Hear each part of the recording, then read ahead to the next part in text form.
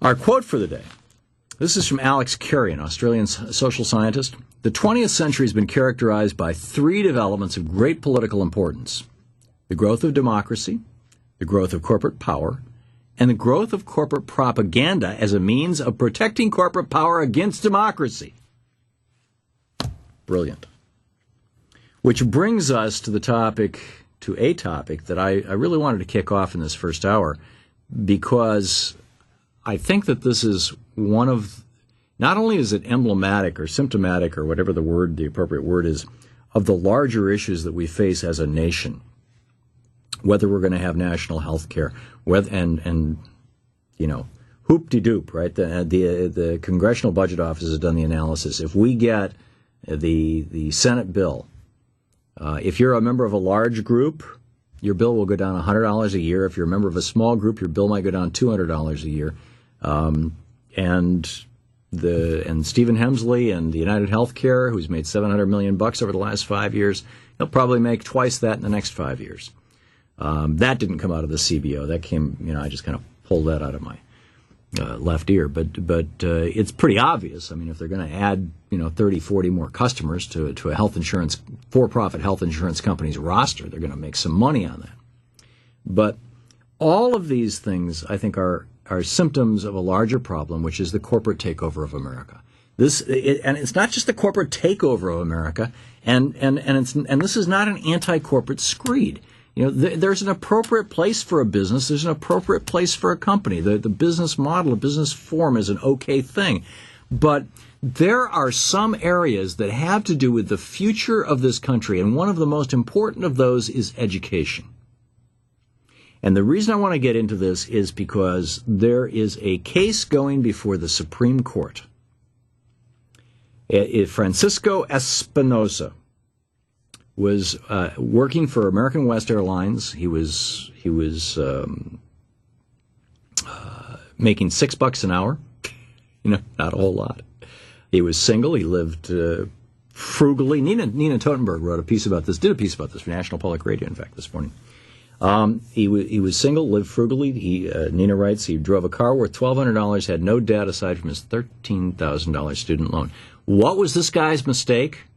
His mistake was thinking that while he was working for this airline, he could improve his lot in life by going to trade school at night and learning how to be a computer-aided designer.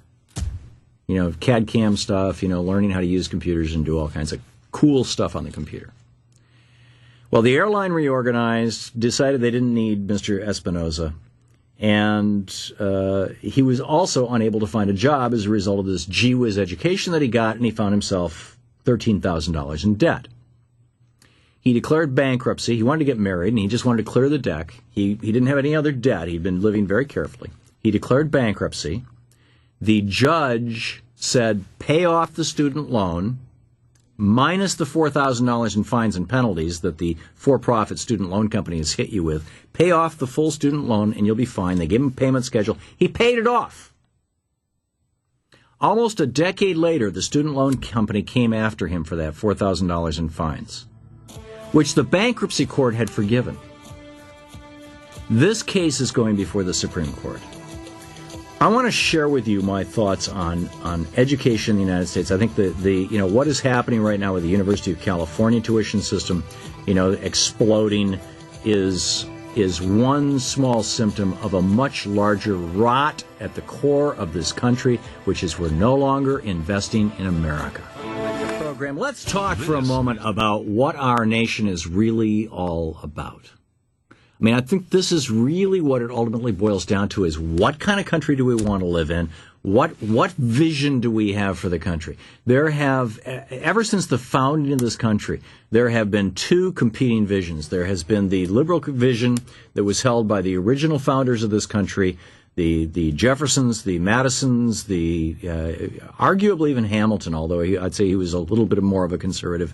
And there's been the conservative vision of this country that was held by people like John Adams and John Marshall, the first Chief Justice of the Supreme Court, and Thomas Jefferson's second or third cousin and hated enemy, by the way.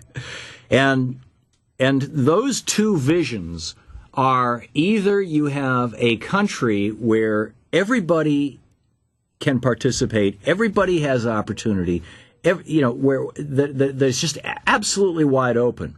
Or you have a country that is very tightly locked down and you have a very rigid caste structure. And that's pretty much what it boils down to. Thomas Jefferson was so proud of the fact that he created the University of Virginia as a free college. A free college that anybody could go to if they could simply qualify to study there, academically, intellectually. They could simply qualify to study there. Anybody could go there. That on his tombstone, he did not want it noted that he was President of the United States. He wanted it noted that he was the founder of the University of Virginia. He saw that as a more important contribution to democracy than the fact that he had been president for 8 years, for 2 terms. I mean, it doesn't get more profound than that. And so here we have, this guy, he declared Chapter 13 bankruptcy. He paid his $274 a month for years and years, finally paid the whole thing off, paid off the student loan, and they're still coming after him. They're still coming after him because the bankruptcy law says you can't get out from underneath student loans unless you can prove some overwhelming need. There's an actual phrase for it. Undue hardship is the phrase that it says in the bankruptcy law. And a federal appeals court ruled against United. United is the loan company. But, my question is, why do we have these damn loan companies in the middle anyway? Why is somebody making money off education? Just handling the money. Why is somebody making money off health care? Just handling the money. Why is somebody making money off our prison systems, our private prison systems? We've got so many things that appropriately should be part of the commons, that appropriately should. So anyhow, my point is that if, why are conservatives trying to destroy the future of America by only educating the rich and very often stupid students, the George W. Bushes of the world, who never would have gotten into college if it wasn't for the fact that his father was an alumnus? I mean, it was why? I think the reason is very obvious, that conservatives believe in a caste system. The most conservative countries in the world have the most rigid caste systems, and the conservatives here would love for there to be a caste system. Let's do away with corporate taxes. Let's do away with estate taxes. Let's let the rich get infinitely rich and richer and richer and richer and hold more and more and more of the assets of the country. Let the poor be poorer and poorer and poorer over time.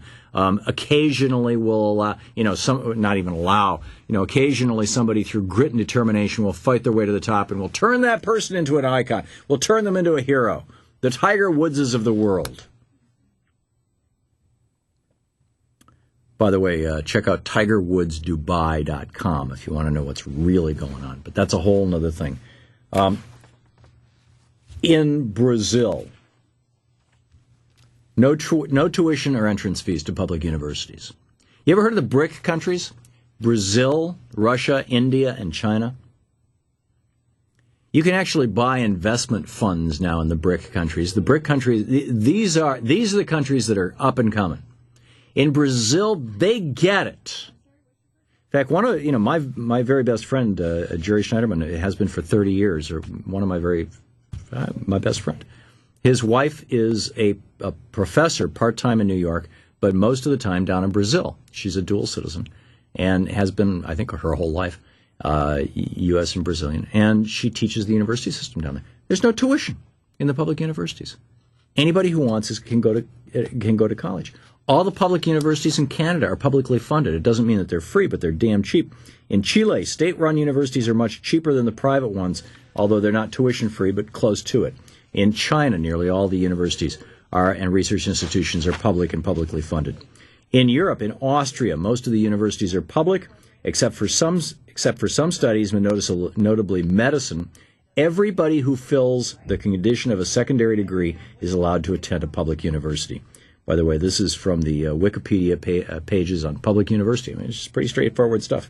In Finland, all universities are free and public and free of charge. In Denmark, almost all universities are public and are held in high esteem. Higher esteem, frankly, than their private counterparts. Until recently, tuition was free at all public universities. In France, most higher education is either free or charged lower tuition fees. In Germany, most higher public institutions are public. And up until 2006, in Germany, all universities were free. In Greece, all universities are public, with the exception of the Hellenic Open University. Undergraduate programs are offered tuition-free to all Greek citizens. In Ireland, all universities, including institutes of technology, colleges of education, the National College of Oregon, the state pays the cost of educating all of its undergraduates. In Italy, almost all universities are public and students pay very low tuition. In Poland, the government pays all tuition fees. In Portugal, there's 13 public universities. The highest tuition fee allowed in Portugal, by law, they've capped tuition, is 900 euros a year. That would be about $1,100 a year. That's the highest. In Spain, 73 universities, many of them free. In Sweden, most universities are public. There's a nominal fee. It's minimal. Why don't we do it here?